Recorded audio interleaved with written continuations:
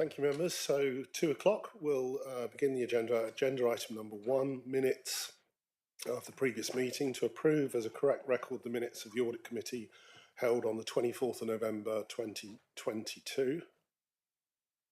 Yep, that's correct. Yeah. So can I have someone to approve that? Councillor Taylor, and seconded by Councillor Rowe. All those in favour? That's carried. Thank you, Chair. Yeah, please.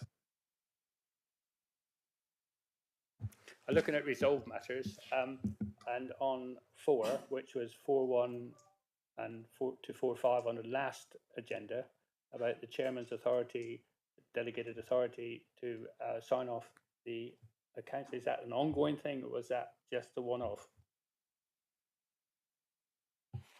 Mrs. Buckle. Sorry. Thank you, Chairman. And so that is a one-off just for the 21-22 accounts. And I think probably Mr. Murray from Grant Thornton will be able to give an update on where we are with the signing off or the audit opinion for the 21-22 accounts, because that's all to do with infrastructure assets. Thank you. Any other questions on agenda item 1? No, so we'll move on to agenda item 2, urgent business. There isn't any urgent business brought forward at the discretion of the chairman. So item 3, division of agenda. I'm not anticipating any necessity to divide the agenda today.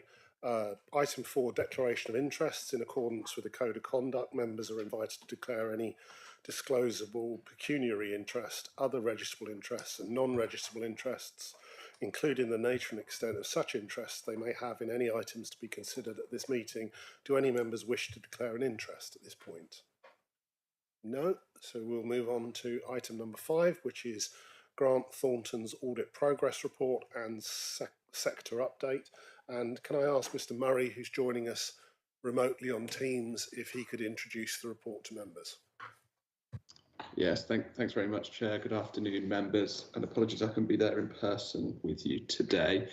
The majority of what I'll focus on is set out on agenda pack page 8, or I think it's the page 10 of the PDF version, which is the page that says progress at March 2023. So we had a question around the financial statements audit for 21-22 and the action from the previous meeting around delegated authority to the chair. As you'll recall, and as Mrs. Buckle has already stated, this is due to a national accounting issue in respect of infrastructure assets. A statutory instrument was laid before Parliament, came into effect late December 2022, and following that, in January 2023, CIPFA released various pieces of guidance and updates to the accounting code in respect of accounting for infrastructure assets. So we're in the process now of concluding our work on infrastructure and the 21-22 accounts to allow me to issue the audit opinion. Members may recall at the last committee I mentioned that I was going to be off work for the first part of 2023. That's why I returned to work a couple of weeks ago, and so that's one of the items on my to-do list for this month, to get that audit opinion finalised for the 21-22 accounts. Moving on then to 22-23 accounts. So under the relevant statute, the key dates really are end of May 2023 for Mrs. Buckle and team to produce draft financial statements and publish those statements on the council's website, or a notice to say that they have yet to be published. At the moment, and having spoken to Mrs. Buckle and colleagues, I'm fully expecting that the council will meet that deadline and the draft financial statements will be published by the end of May. The statute then requires audited financial statements or a notice to say that the audit has not been concluded to be published by the end of September. What we're flagging to you, or what I'm flagging to you through this report, is that Grant Thornton will not be able to meet that end of September date for a fully completed audit. And so under the statute, the council will be required to publish a notice to say that the audit is still ongoing. What I've tried to do in the 2 or 3 paragraphs under that section is be very clear that this is due to us having availability of staff or a lack of availability of staff to complete an audit by that deadline, by that timetable. And that isn't a reflection, as I've said, on Mrs. Buckle and the team's ability to get draft accounts produced by the timetable. We've spoken a number of times at committee around some of the challenges within the accounting sector, the audit sector in local government and local audit, and that is a continuing reflection of the challenges that we face here. Members will recall in 2021, 9% of authorities around the country had an audit concluded by the scheduled deadline. That rose to 12% of all authorities by the end of, by the target date in 21-22. So this is absolutely not an issue specific to South Hams. This is an issue around the country, and there are multiple years of audits that are outstanding for a number of authorities. Your other closest neighbours around Devon will also be affected by this in terms of their audits for 22-23 as well. Clearly, it's not a message that I want to be giving to yourself or to Mrs. Buckle and the team, but I need to be honest and upfront with members in that will not be an achievable date for us to work to. Value for money then is the other area I just wanted to draw out on this. So as I've said, 21-22's accounts opinion I intend to issue this month. Under the relevant guidance, we then have 3 months to issue our auditor's annual report, which provides value for money commentary. Given the timing of financial year ends, what we would propose is that we submit a joint report for both 21-22 and 22-23 to ensure that we're fully meeting our responsibilities. So instead of having 2 separate reports, you'll have a single report covering both years, but we will obviously be required to review value for money arrangements across both years and report that in both years arrangements were or were not appropriate as we ultimately conclude. So that's the proposal for value for money, to ensure that you are getting a more timely message for 22-23's value for money commentary as well. And the final area on that slide is in respect of the work we do on the council's housing benefit subsidy claim. That work is in progress, and I expect that to conclude shortly. The rest of the report, as always, are some slides or sector updates for reports that may be of interest to audit committee members. So it's looking at audit quality, external audit, procurement, a recent Grant Thornton publication, and also some practical guidance for audit committees that was issued by SIPFA as well. So at that point, I will pause and open for any questions. Do members have any questions for Mr. Murray? Councillor Spencer. Thank you, and thank you for the commentary. Sticking on page 8 of your report, or page 8 of our documents, page 4 possibly of your report. Sorry, so small I can't see it. Page 4 of your report. I have to express some concern here that, you know, we were planning to hear from you within 3 months of issuing the financial statements previously. That went to a year, and now it's not going to be September because you can't do it. That presents some concern to me, rightly or wrongly. I think that's could be a reflection on the industry as a whole. I accept your word for that. I don't know any different, but it's certainly a reflection on the relationship between yourselves and us. And I am concerned about the delays. I'm concerned about the missed deadlines. I'm concerned about the lack of resource. But I am pleased to hear you say that it's not South Hams, and that it is down to Grant Thornton. And I think we need to be very, very clear about that. And thank you for your admission. But I'm still not sure what to believe, if I'm going to be honest. There's strong indications that your firm is overwhelmed, which is reflecting badly on us. There's a degree of reputational risk, which we will suffer as a result of that, or could suffer as a result of that. And I think that needs to be seriously addressed, certainly for 22-23, but equally for the outstanding work that's gone before. So I think you put us in an impossible position. Can I ask a loaded question, which is, when you were away, was any work done on our account by anyone else in your organisation? Mr. Murray? So yes, there would have been work done on the audit. Ultimately, I am the person who has to sign off that opinion, that audit opinion.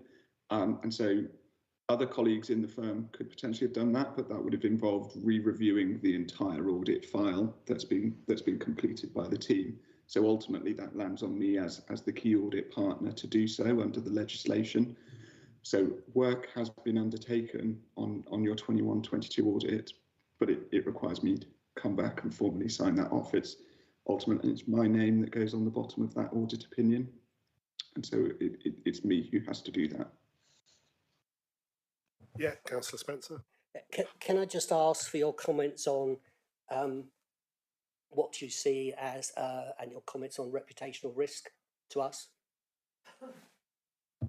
Absolutely. So I fully appreciate this could, or it can, reflect badly on the council. I think my reflection is, if I was sat in front of you saying every other audit opinion will be delivered on time except for South Hams Council, then yes, that would have real reputational risk and damage. If I'm sat here saying for the 21-22 financial year, 12% of all English local authorities had an audit completed, that leaves 88% of your other colleagues and neighbours who were in a similar position. So actually this reflects on the sector as a whole and the challenges that face the sector and accounts and audit, rather than individually South Hams Council. Any other question? Councillor Taylor. It's just a follow on from Barry, really. I got concerns because is the dates going to be compounded forward? Because is you got a guarantee that it's not going to slip even further for this coming financial year?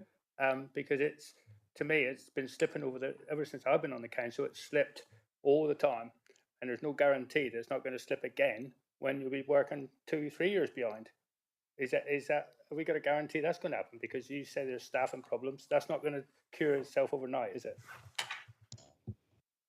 No, so through you, Chair, absolutely, it's not going to cure itself overnight. And to be totally honest and open with you, we've probably had adverts for roles that we're trying to recruit for open for as long as I can remember, years. And we just don't get the candidates applying for the role for whatever reason. This is not an attractive role for experienced accountants to perform, and that's the challenge we have. Just reflecting, I suppose, locally, we had 2 colleagues during the 21-22 audit performing that experienced team leader role, and both of which have left that role for other roles, and that's just in one audit year. So that's I realised me sitting here saying this is a sector issue can be quite a challenge. Locally, 2 people performing that role that's really key to us delivering the audit have left the organisation during one audit year, and that's reflective nationally, that's reflective across the practice, that's reflective of Grant Thornton, and that's reflective of all other audit suppliers. I can't guarantee there won't be further slips. Grant Thornton's last audit year for South Hams Council is the 22-23 financial year, which is the year we're talking about. The PSAA award then awards the audit of 23-24 to another audit firm. So clearly I can't speak for them and their delivery. I can only speak for Grant Thornton. Councillor Rowe, did you have?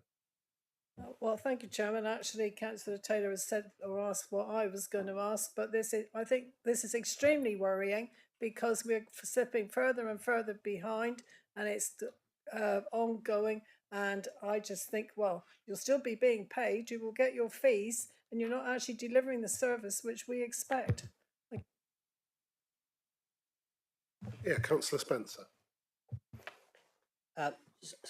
Just one last thing, and it's refreshing to hear that everyone has very much the same opinion here. I'd like to know what your action plan, for the want of a better couple of words, is in terms of pulling us back on track, when you expect to do that, what the issues are that are there that you expect to encounter, ones you don't expect to cause you any problems, and to basically account, pardon the pun, to us about for this action plan of bringing us back on track, and very specific timescales about when that's going to come back. So, can I make a proposal accordingly? Yeah, I think what you're suggesting is you make a recommendation. A recommendation, Yeah. yes.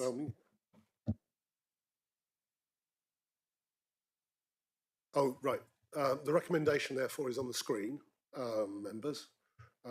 So I'm not intending to read it out for you, as long as everyone can read what the recommendation being proposed by Councillor Spencer is.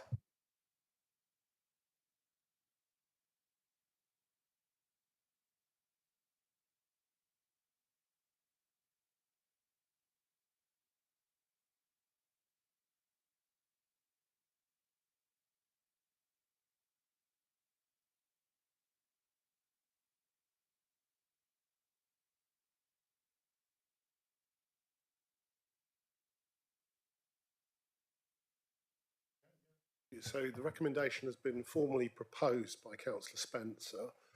Do we have you had enough time to read through it, members? Yeah.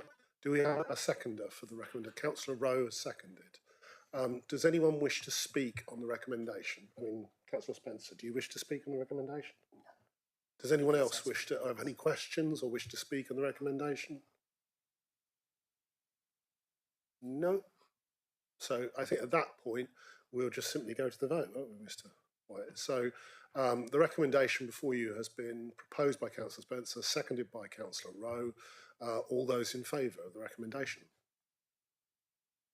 That is 6 unanimous for the recommendation. Thank you, Chair. Thank you, members. So that recommendation is obviously passed.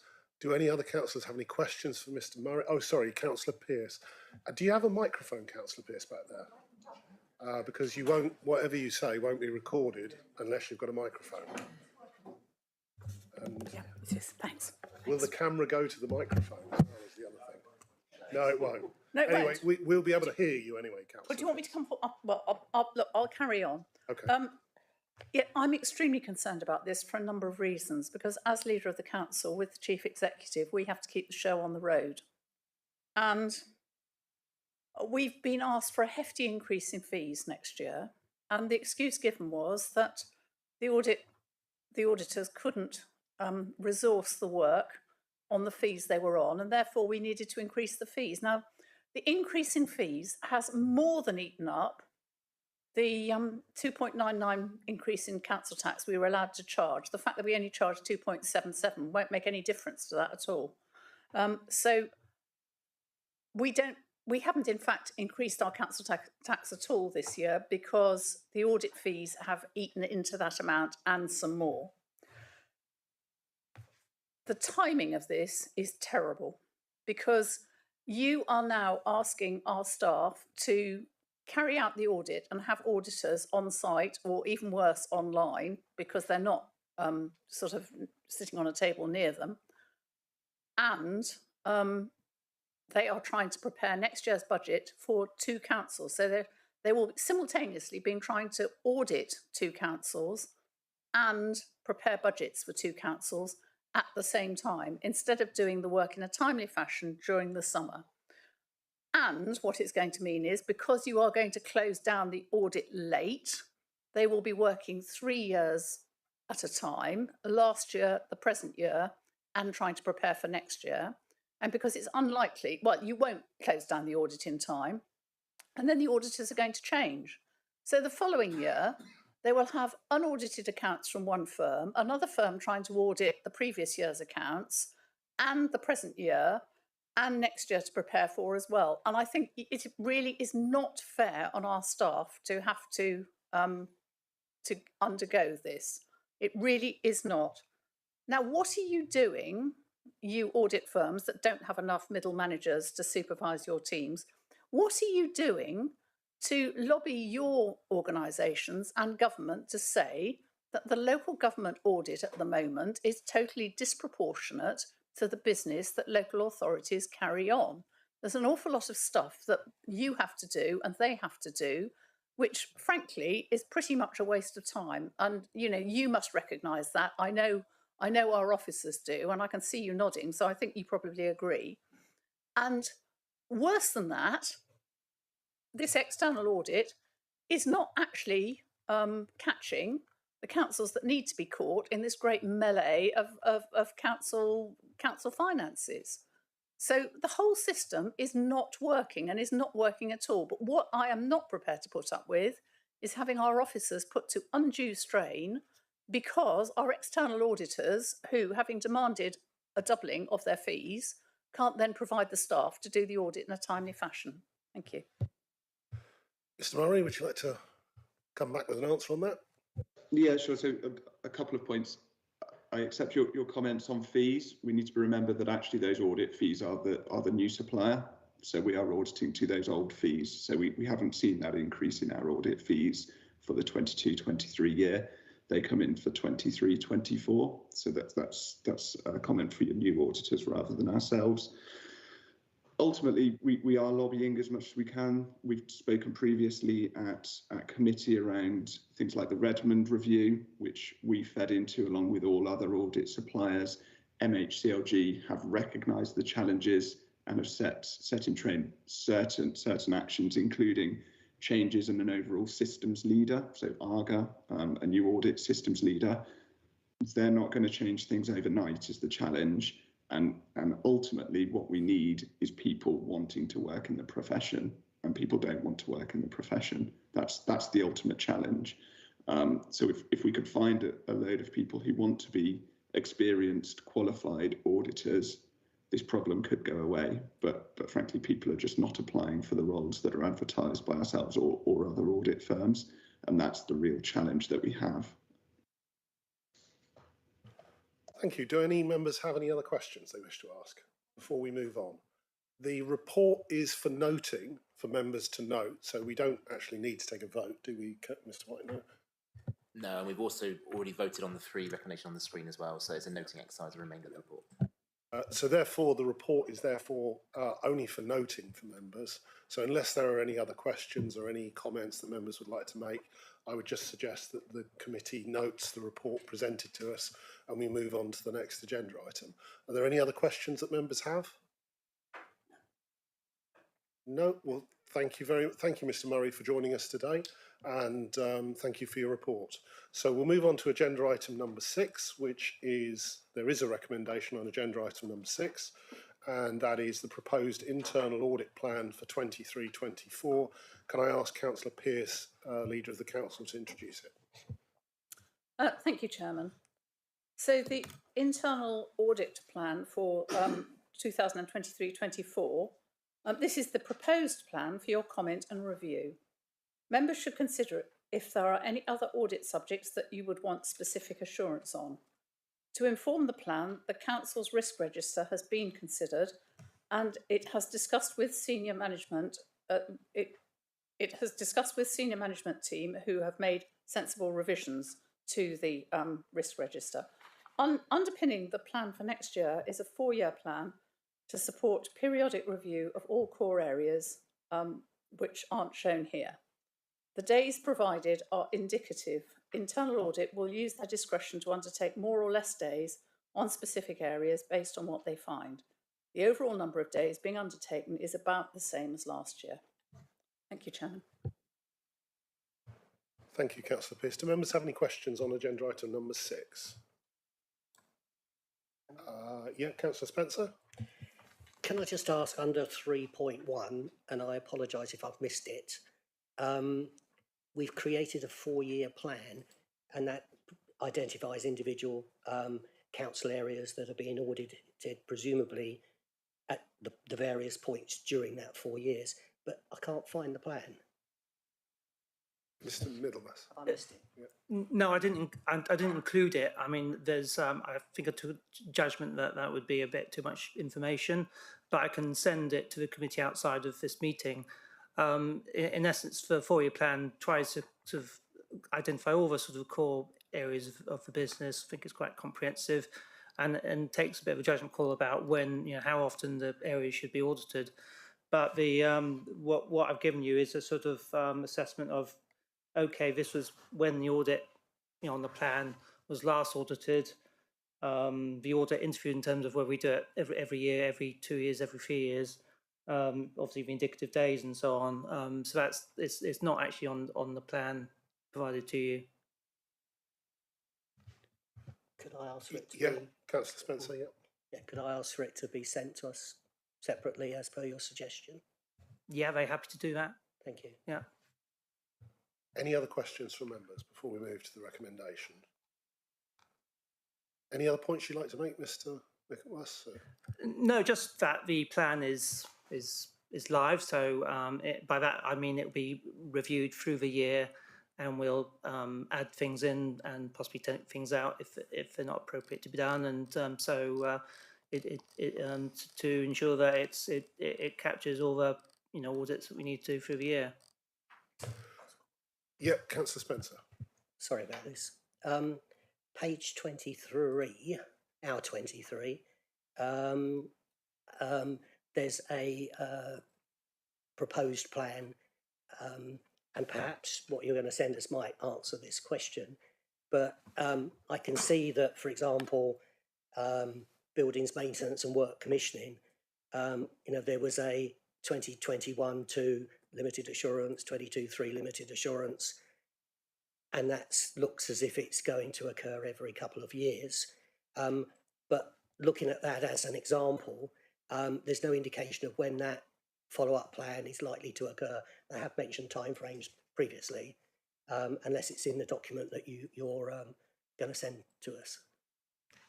Yeah, so the next paper has our report on buildings maintenance, which you'll see is a limited assurance, and so that's why I included it as a follow-up in the next year's plan for us to look at to confirm that the recommendations have been implemented and so on. Okay, members, any other questions on agenda item number 6 before we move to the vote? No, at which point I'll move to the recommendation on there. It's recommended that the proposed internal audit plan for 2023-24 at Appendix A be approved. Can I have someone to propose that? Councillor Spencer, seconded by Councillor Taylor, and all those in favour? That's unanimous. Thank you, Chair. Thank you, members. So we move on to agenda item number 7, which is the update on progress of the 22-23 internal audit plan. Can I ask Councillor Pearce to introduce it? Thank you, Chairman.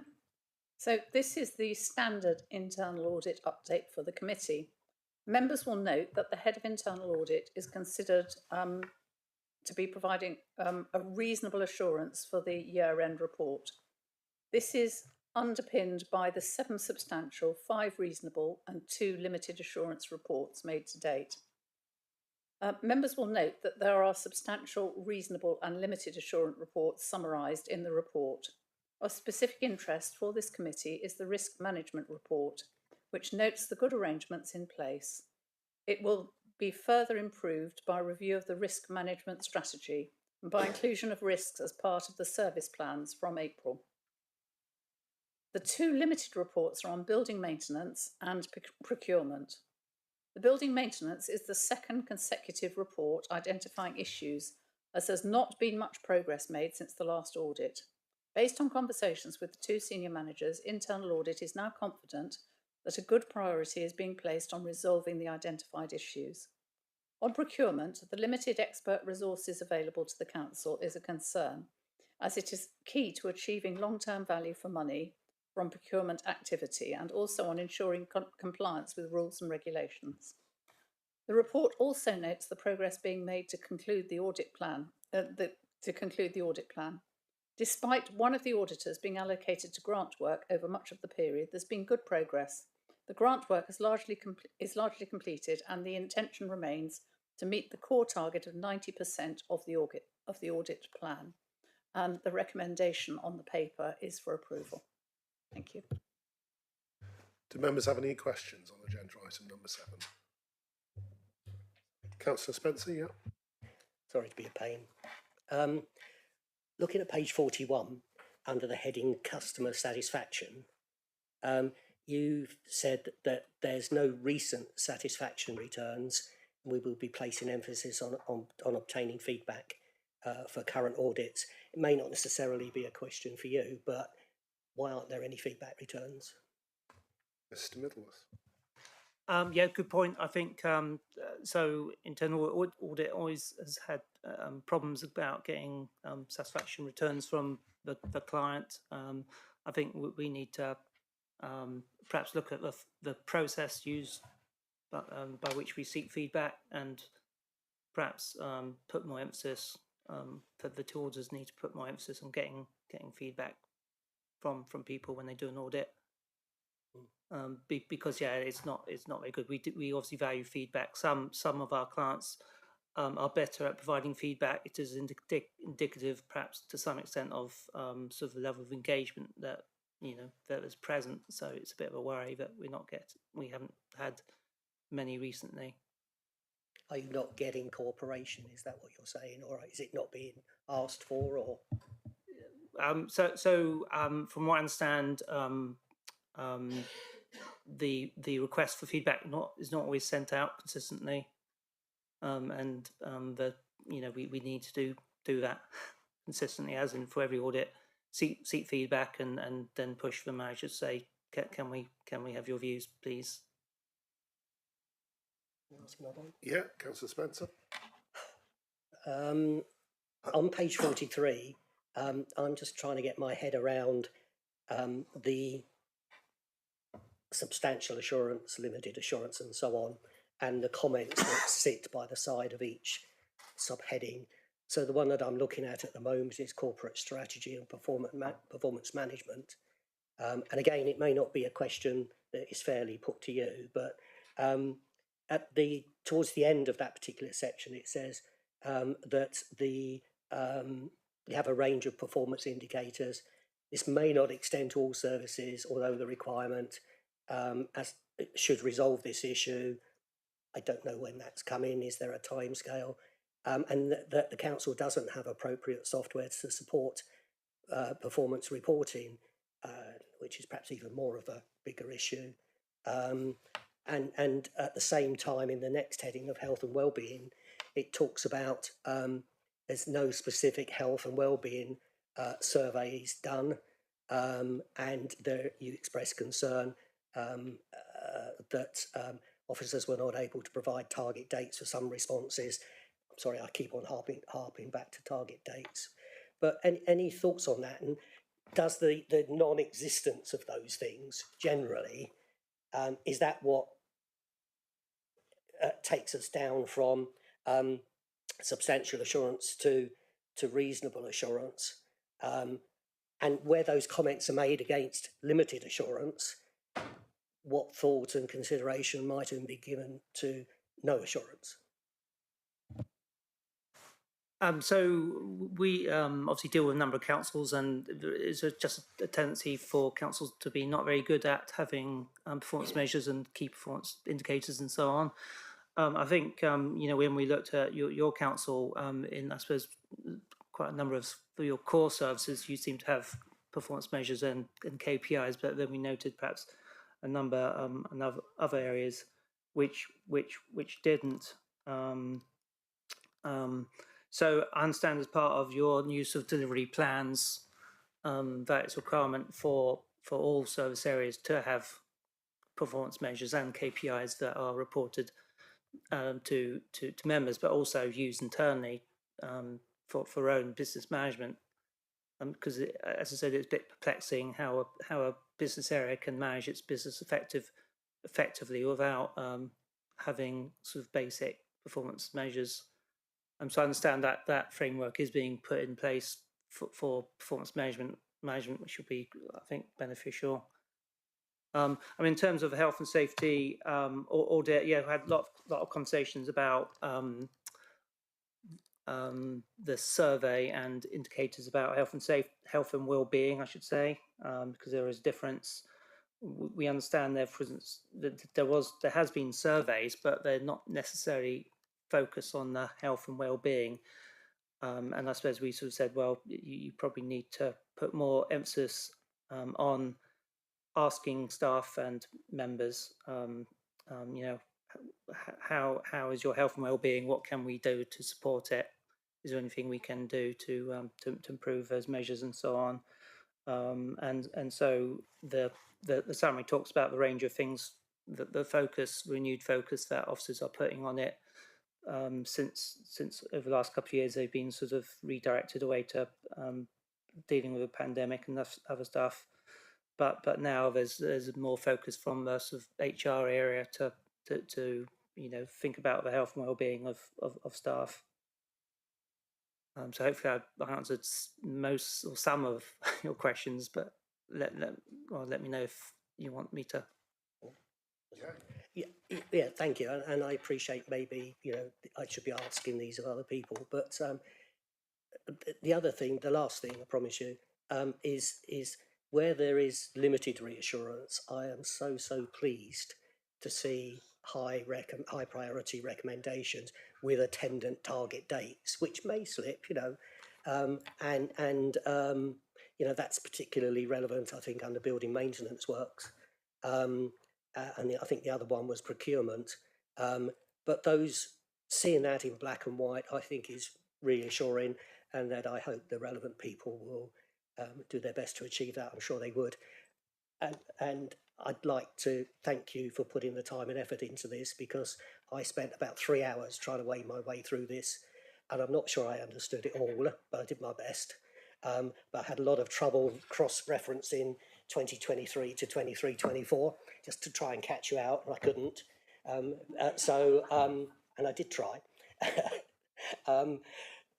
So thank you for that. I really don't envy you the job of doing this, but I'm glad you did. Thank you. Mr. Powell, is it? Hopefully your microphone will get the camera to you. Yeah, thank you very much, Chair. Perhaps just a little bit of information regarding the KPIs. I've been working closely with Mr. Middlemas about the procedures we've got in place. So we've got a really comprehensive performance management framework now. So as members will know, the executive get a quarterly integrated performance response, which picks up a selection of strategic KPIs. We also take a suite of KPIs to ONS now, which covers a broader range of services. Within each service plan, there are now a set of KPIs relating to that particular service. And on top of that, we've got operational performance indicators, which are sort of, you know, operational for the service managers to operate with. They are picked up through one-to-ones and through objective setting as well. So I think, you know, the reason for the substantial assurance there is that we really have got a comprehensive set of performance indicators in place, both for members, for the senior management team, and heads of service and operational managers. Thank you. Thank you, members. Any further questions on agenda item 7? Nothing else, so at which point we'll move to the recommendations. So members, you have the recommendation on the screen, which is that the progress made against the 22-23 internal audit plan and any key issues arising are noted and approved. Can I have someone to propose that? Is Councillor Taylor, seconded by Councillor Spencer, and all those in favour? That's unanimous, the recommendation. Thank you, Jack. Thank you, members. So we move on to agenda item number 8. I can see Councillor Baston speeding across the room to a microphone. Racing would be the word, across the room, in order to introduce item number 8, which is the 23-24 capital strategy, 23-24 treasury management strategy, and 23-24 investment strategy.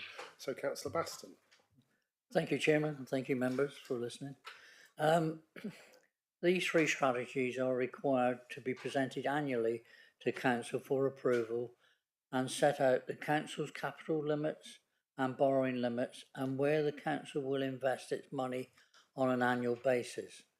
Members will recall that Treasury Management training for members was arranged for 22nd of March 2021, where the key points of the annual strategies were discussed. This will be arranged again in late summer of 2023. The capital strategy sets out projected capital plans and the capital financing requirement, which is the measure of the council's underlying need to borrow for the capital programme, which is a maximum of 26.2 million for 2023-24. This includes borrowing for leisure and investment property in Dartmouth, waste, housing, Batson Creek in Salcombe commercial units, and Batson Creek in Salcombe Harbour Office, Dartmouth Health and Wellbeing Hub, and the Plymouth and South Devon Freeport. The strategies set out a position at a point of time and are based on the 2023-24 capital programme approved by Council in February 2023. These three strategies can be revised at any point during the financial year. The Council is proposing to continue to invest its money in banks and building societies within the UK, which is set out within the Treasury Management strategy. The strategy in Appendix B also sets out the minimum revenue provision policy statement. The MRP is the capital repayment of any borrowing. The operational boundary is recommended to be set at 35 million to reflect the current projected levels of borrowing, and the authorised limit is recommended to be set at 40 million. Thank you, Chairman. Thank you, Councillor Baston. Does any members have any questions on agenda item number 8? No. Mrs. Buckle, do you have anything you wish to add to it before we move on to the vote? Thank you, Chairman. Only to say really that these three strategies will go forward from today's Audit Committee meeting to the full Council meeting at the end of March. So it does require approval of full Council. They come before the Audit Committee so that the Audit Committee can scrutinise those strategies prior to full Council considering them. These set out, as Councillor Baston has said, they set out our capital programme for the next 3 years. They look at a variety of prudential indicators, which are statutory calculations that we have to make on an annual basis. And then this all forms part of our sort of strategic documents and statutory documents going forward. Thank you. Thank you, Mrs. Buckle. So you have the recommendation before you, members. It is that the Audit Committee scrutinises and recommends to the full Council the approval of those strategies. Do I have someone to propose that recommendation? Councillor Rowe, and seconded by Councillor Spencer, I think got in there first. And then we'll move to the vote unless there's any other questions or debate. All of those in favour? That's 4 in favour. Thank you, Chair. Oh, hang on. We may have a few more. 5 in favour. And any against? None against? No. Any abstentions? We have 1 abstention. Yeah. Thank you, Chair. Agenda item number 9 then, we move on to, is the finance and the budget book 2023 to 24. Can I ask Councillor Baston to introduce it? Thank you, Chairman. This is again an annual report considered by the Audit Committee. The report sets out the Council's revenue budget for 2023/24 and a split between the 4 directorates of customer service and delivery, place and enterprise, governance and assurance, and strategic finance. The budget book compares the detail of the budget for 2022-23 against the budget for 2023-24 and provides a clear audit trail of all the movements in terms of the cost pressures and savings which were set out in the medium-term financial strategy and agreed as part of the 24 budget process. The budget book also shows any veerments within the 2022-23 year. A veerment is where a budget is moved from one budget holder to another to better reflect where budget responsibility should be held. Veerments also net out to zero. In the budget book, salary costs for business support staff have been reallocated into their respective service delivery teams, as the heads of service are now responsible for both specialist and business support salary budgets within their service areas. A veerment which nets to zero has been put through to reflect this. In addition, various minor presentational changes have been made to the 2023-24 budget, shown in the other adjustments column in the budget book. These adjustments net to zero as they are purely presentational. Thank you, Chairman. Do members have any questions on agenda item number 9? Councillor Taylor.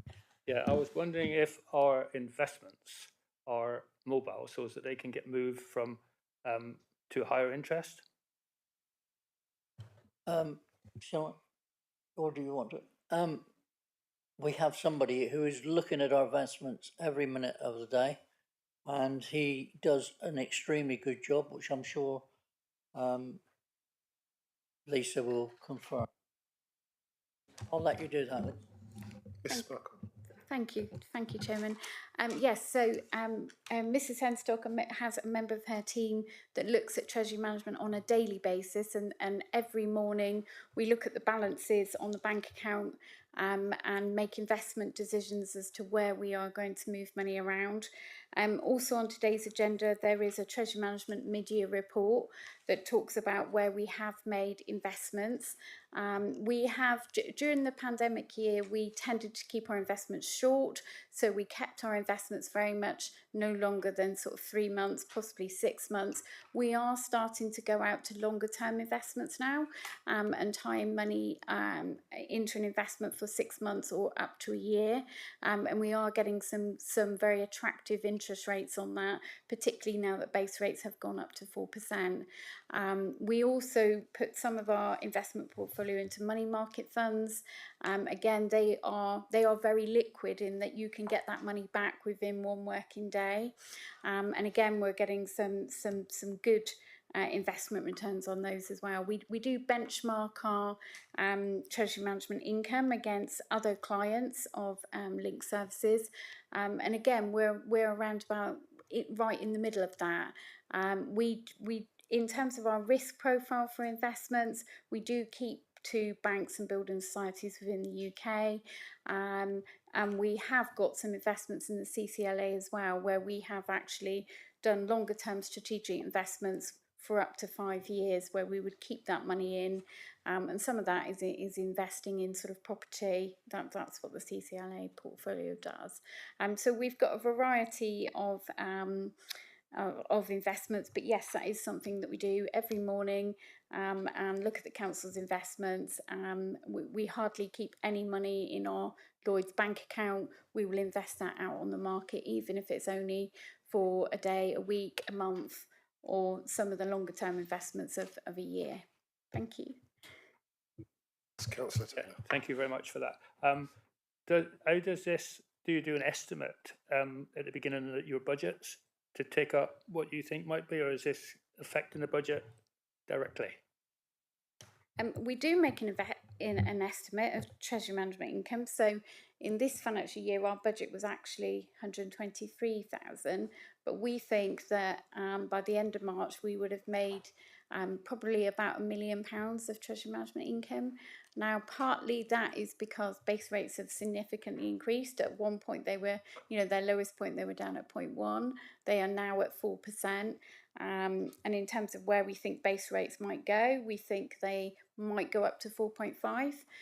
So looking forward into 23-24, interest rates are predicted to go up, but then to start coming back down again. So in terms of our budget, we've got a budget of 800,000 for next year, which I think is a realistic target, really. Thank you. Any other questions from councillors? Councillor Pearce. Yeah, thank you, Chairman. I've got two questions.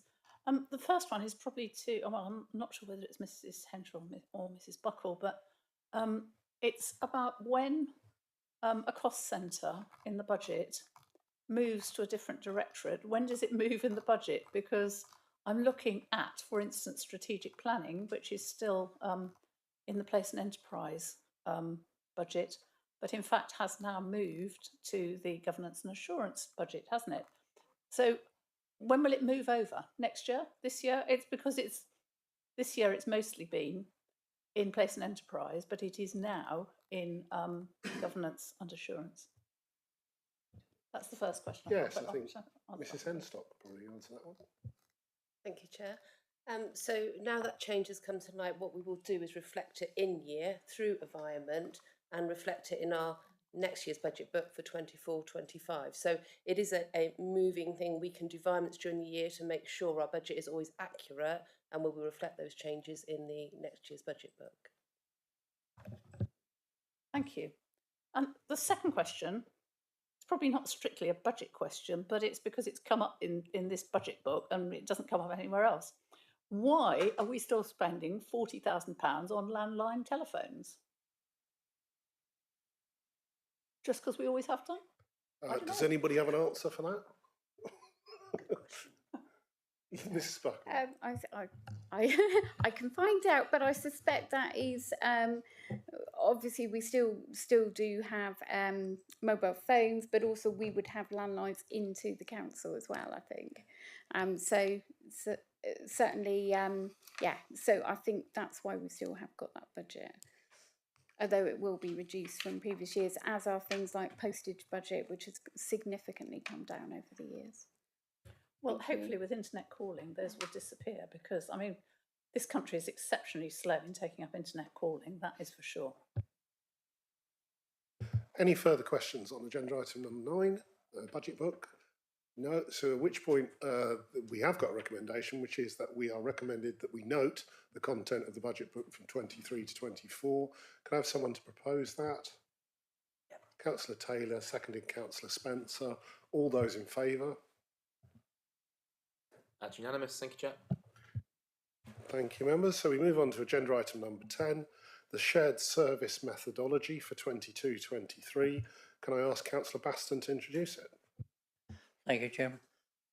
This is an annual report considered by the Audit Committee, which reviews the apportionment of costs and predominantly staffing costs between Southampton District Council and West Devon Borough Council. Each year, the shared services splits are reviewed based on the latest caseload data available. For example, the cost of the housing benefits team is shared based on the number of new housing benefit claims and change of circumstances processed in each council. Our external auditors, Grant Thornton, have identified the sharing of costs between the District Council and the Borough Council as a key risk, and it is given high prominence throughout the year and particularly during closure of accounts. The review of shared services splits will create additional staffing costs for Southampton of £85,500 in 2022-23, which equates to 1.1% of the council's total salary budget. This mainly reflects the changes in salary apportionment from bringing the waste service back in the house from 3rd of October 2022. There has been a higher allocation of salary costs to the Southampton in 22-23 from the service areas of waste, senior leadership team time, the HR team, the finance team, that is additional payroll and payment of invoices, the legal team and the design team. Some of this cost is a one-off cost in 2022-23 associated with bringing the waste services back in-house in October 2022.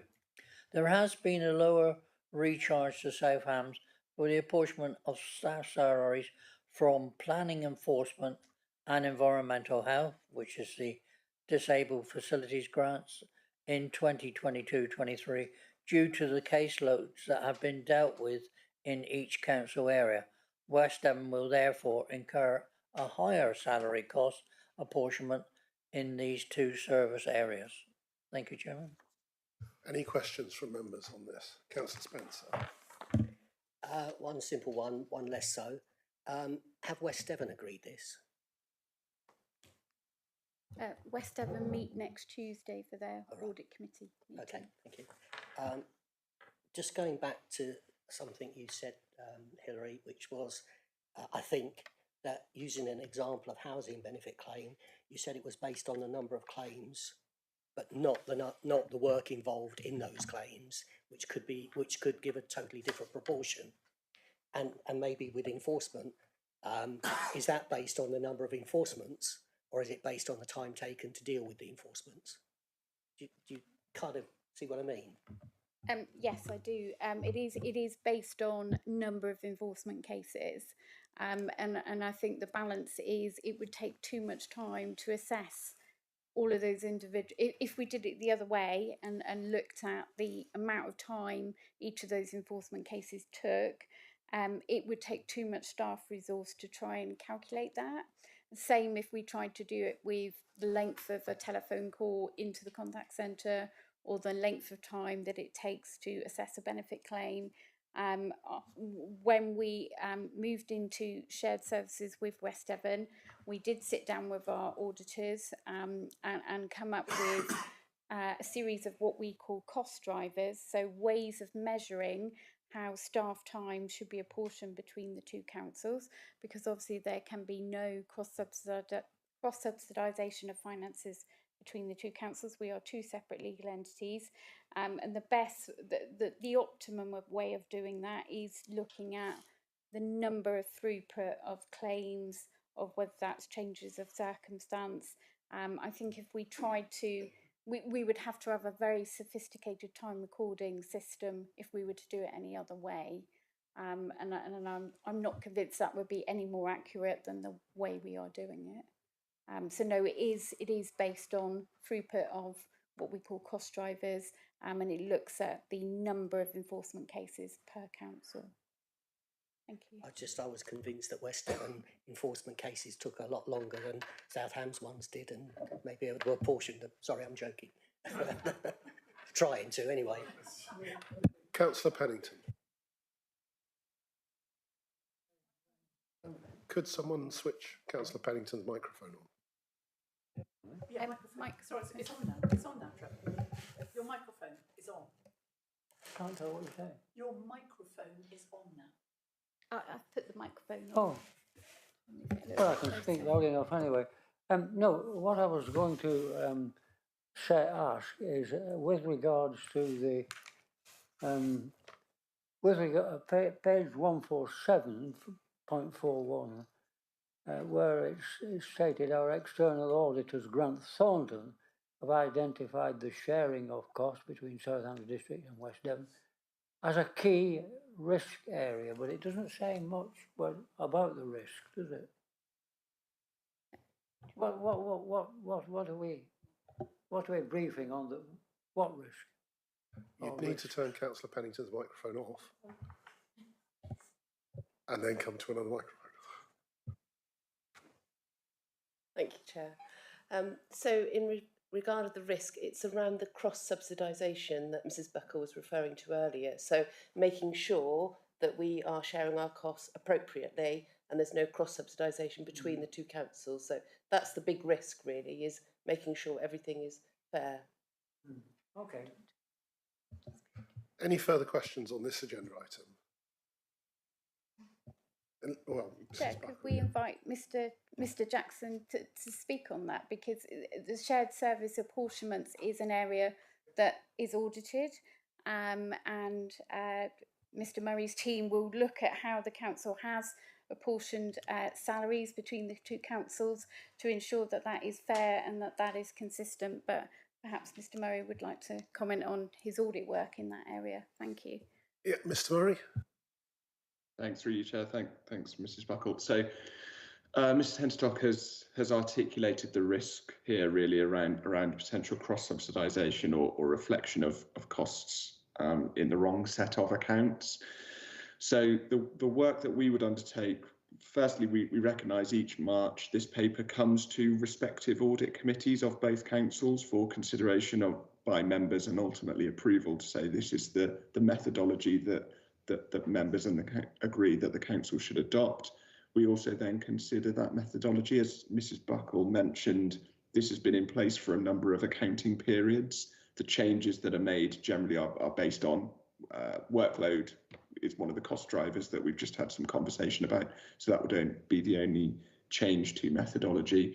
We would then undertake sample testing. So clearly we can't test everything, but we'd undertake testing of a sample of recharges to ensure that they've been appropriately, accurately, completely recorded in both sets of accounts and recorded in accordance with the agreed cost-sharing methodology that's set out in the paper. So that's the audit work we would do. Clearly, this is a situation that's driven due to the way that the two councils operate. So in other local government organisations, we may not see this as testing or an area to review because those cross charges would not be in place where there's not shared management teams. So that's why we flag it and why Mrs. Buckle rightly flags it in her intro report. Thank you, Mr. Murray. Do members have any other questions they wish to ask on this before we move to the vote? No. So the recommendation is that we note the methodology of the shared services apportionment of costs. Do I have someone to move the recommendation? Councillor Rowe, and seconded by Councillor Spencer. All those in favour? That's unanimous. Thank you, Chair. Thank you, members. So we move to agenda item number 11, which is the Treasury Management Mid-Year Review. Can I ask Councillor Baston to present the review? Thank you, Chairman. This report gives an update on the Council's Treasury position as at the 30th of September 2022.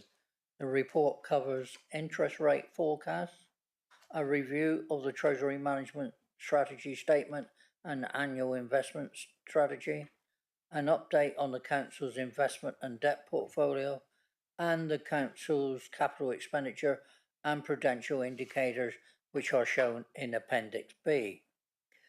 The Council's budget for investment interest in 2022/23 is £123,000, as previously mentioned by Mrs. Buckle. The current forecast is £1 million, which will exceed the budget by £877,000, and therefore the year-end position is looking very healthy against budgeted income levels.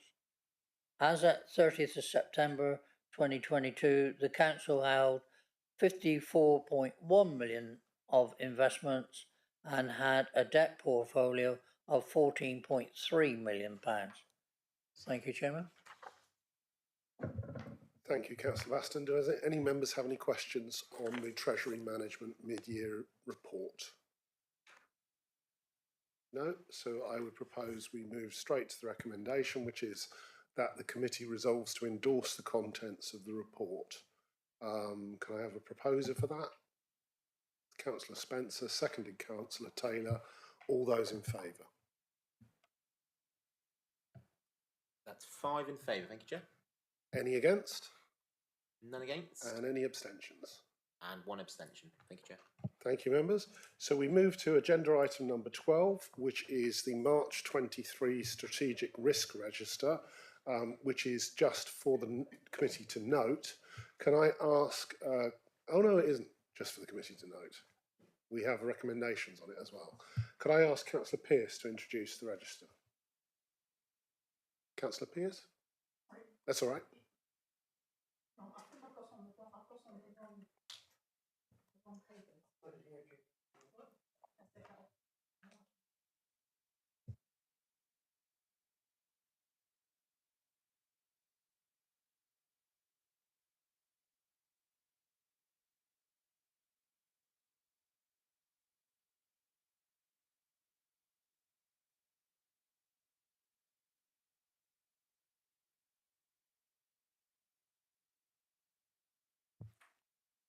Yes, members, the strategic risk register update. There's a very short report introducing this. In fact, no, sorry, there isn't a report introducing it. Sorry, I've just got on the wrong set of papers, but I'm on the right ones now. You will see that the risk management treatment is gone through as usual. And then on page 179, you have the summary of the strategic risks as presented in March 2023. And the numbers on the grid are identified on the right-hand side. Now, many of these are the usual kind of risks. There's the adherence to the medium-term financial strategy. Probably the greatest risk at the moment is inadequate staffing resource. Some of us might say that it could be inadequate members coming forward to stand for the new council as well, because I think that is also an issue, but it's not particularly being recognised by the staff yet.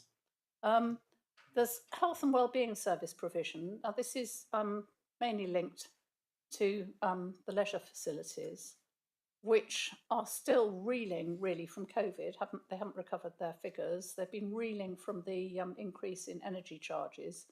And I think they really are facing quite a challenge at the moment. And I think our challenge is to get people back into the leisure centres and intensifying the use. But of course, the costs are not negligible, but hopefully energy prices will start coming down and that will start resolving itself.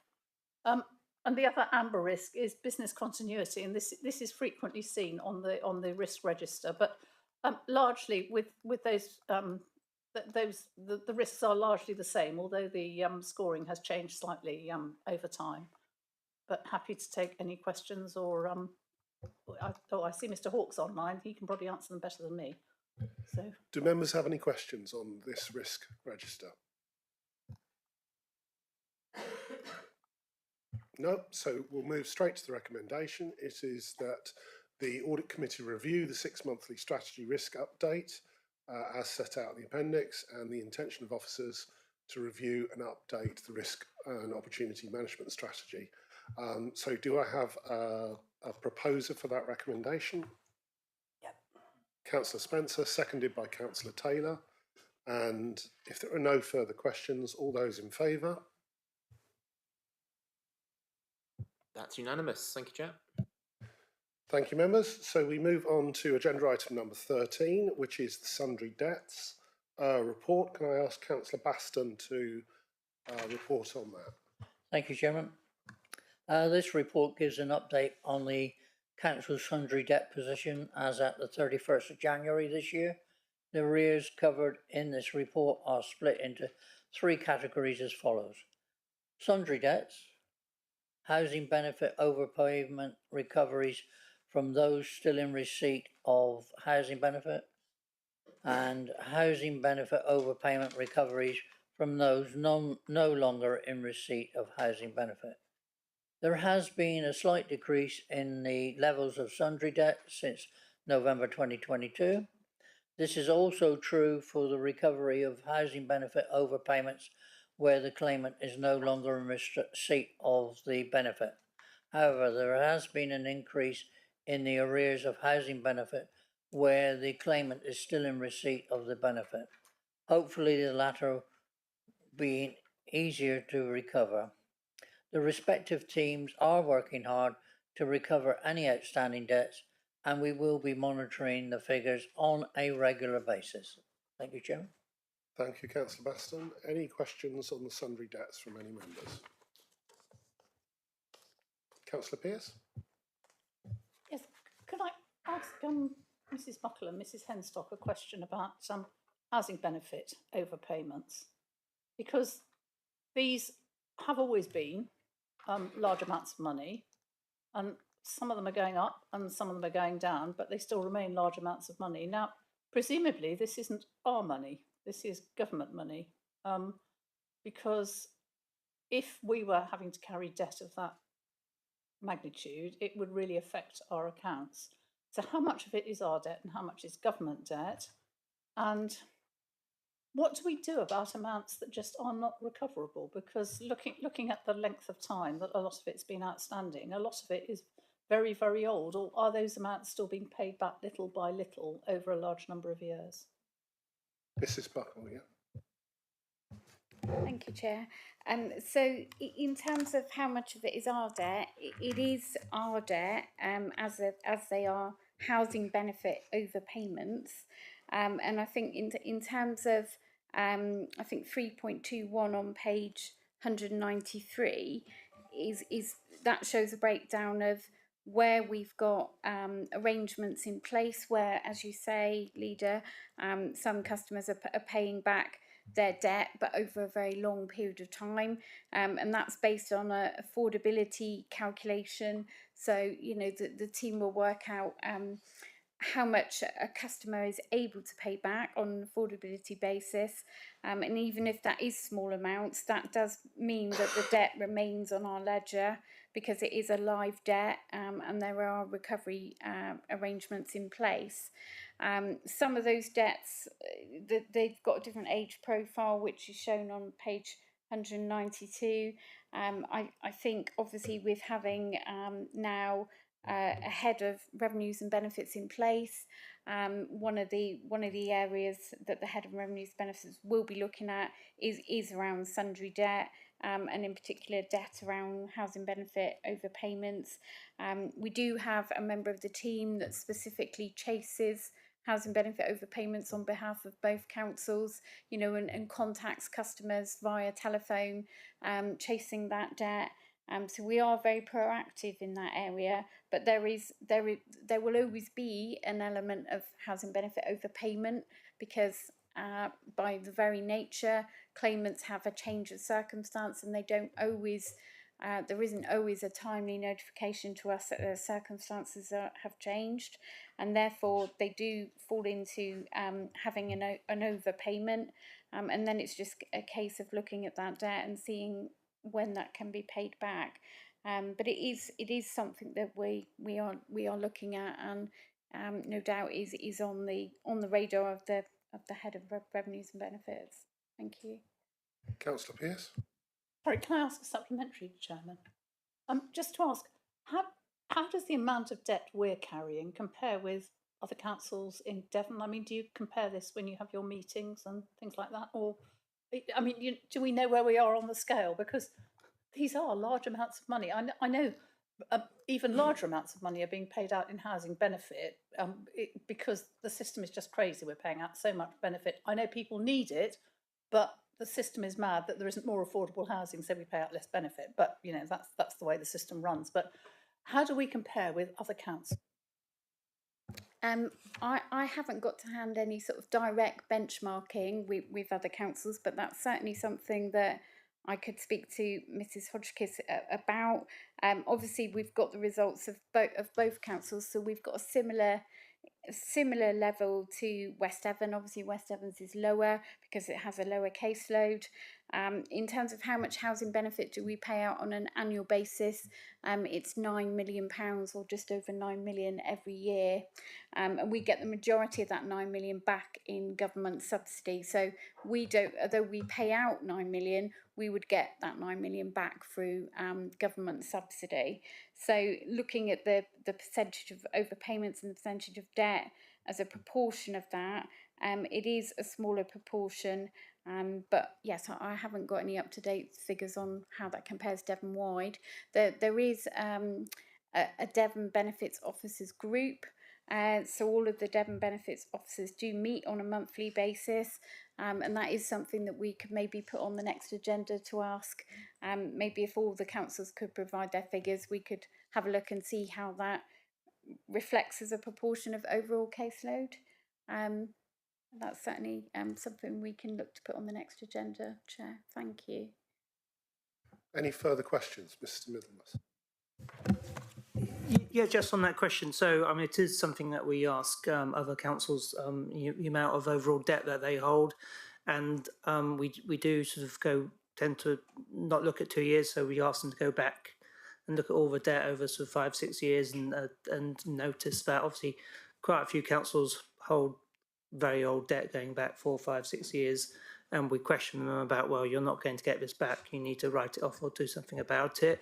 Had an interesting conversation at Torridge Audit Committee about the amount of overdue council tax debt that they're holding, going back over many years, and the comment was, I suppose, from officers that obviously there's only limited utility for them putting a lot of resources into collecting that, because of course most of that money goes into the county council's coffers rather than the sort of district council's area, which is so perhaps there's something wrong there about the sort of the incentives for district councils to collect these sorts of things. And we have noticed certainly over the last 2, 3, 4 years, the amount of debt has gone up significantly. And part of that was over the pandemic, the sort of suspension of debt collection agencies and moving officers away from debt collection into issuing grants and so on. So that they really sort of de-emphasised for debt collection, which meant that, as I said, if you look at what it was 4 or 5 years ago, it has significantly increased. So it would be, I suppose, interesting to see for your council what it was 4 or 5 years ago and comparing it to what it is now.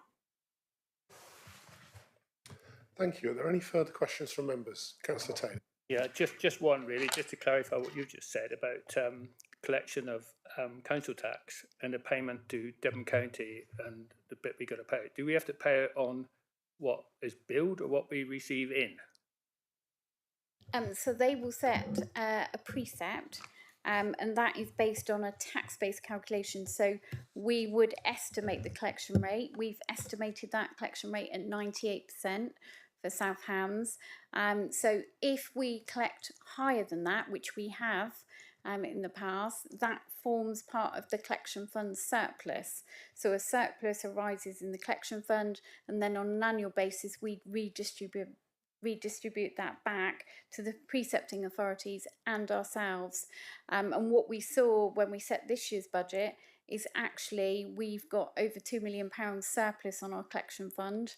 And that is because during the pandemic years, we set a lower collection rate because we didn't know if residents were going to be able to pay their council tax during those times. So there is a surplus which has been distributed. I think our share of that was just over £370,000. So that certainly helped our budget position for 23-24. It also helped the county, the fire and the police, because they also had more of a council's a collection fund surplus distribution for next year. So whether we collect more or we collect less, that gets that all goes through the collection fund, but our collection fund has never been in deficit, it's always been in surplus. Thank you. Any further questions on sundry debt from members of the committee?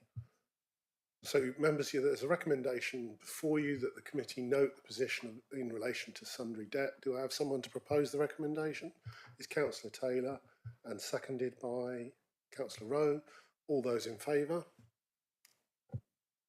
That's unanimous. Thank you, Jack. Thank you, members. That's the last agenda item for today. Given that this is the last audit committee prior to the next election, I'd like to thank the finance team for the work they've put in over the last few years. We have had to deal with the odd problem, but mainly external, not to do with our finance team. And I think they've actually done a great job over the last 4 years. And part of the reason why the audit committee doesn't have that many issues or concerns to have to constantly deal with is because of the hard work that you put in and the way you produce such excellent results for this council. Certainly in comparison with other councils, we do not have any issues compared to elsewhere. So I'd like to thank you for your hard work that you've put in over the last few years. And having said that, Councillor Rowe.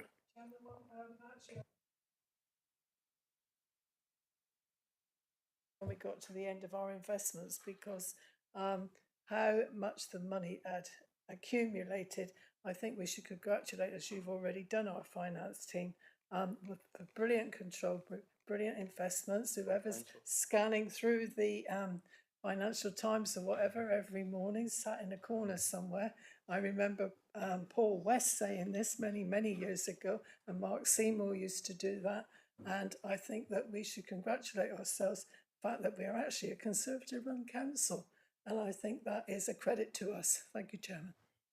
Thank you, Councillor Rowe. So we finished the agenda items, and at 3:20, I'll close the meeting. Thank you, members.